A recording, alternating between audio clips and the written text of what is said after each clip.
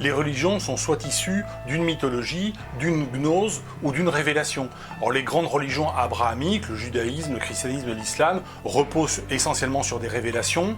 Les religions mythologiques de la Grèce antique ou d'Inde reposent sur une mythologie.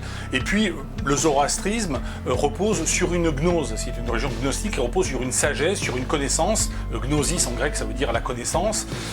Donc elle a été portée initialement par Zarathustra, je me rappelle ses dates, 1778-1701 avant Jésus-Christ. Il réforme le masdéisme en 1738 avant Jésus-Christ à l'âge de 40 ans. Mais ensuite, bien sûr, ce que l'on appelle le zoroastrisme aujourd'hui ou la religion arienne aujourd'hui dépasse très largement le zoroastrisme des origines, puisque le zoroastrisme a été repris en fait par des Grecs éminents comme Pythagore, qui est l'inventeur du mot philosophie au VIe siècle avant Jésus-Christ, et puis ensuite, bien sûr, Socrate, Aristote, Platon, tous les grands philosophes, Sénèque, tous les grands philosophes de la Grèce antique ou de la Rome antique se réclamaient du zoroastrisme et de Zoroastre, et puis ensuite jusqu'à Jung et jusqu'à Nietzsche au siècle dernier, au XIXe siècle, début du XXe siècle, et puis en passant par Descartes, en passant par Pascal, en passant par Kant, en passant par Leibniz, en passant par Spinoza, qui ont repris peu ou prou effectivement tous les grands principes de la philosophie, de la sagesse. Donc effectivement une religion qui repose sur la sagesse, elle est 100% humaine,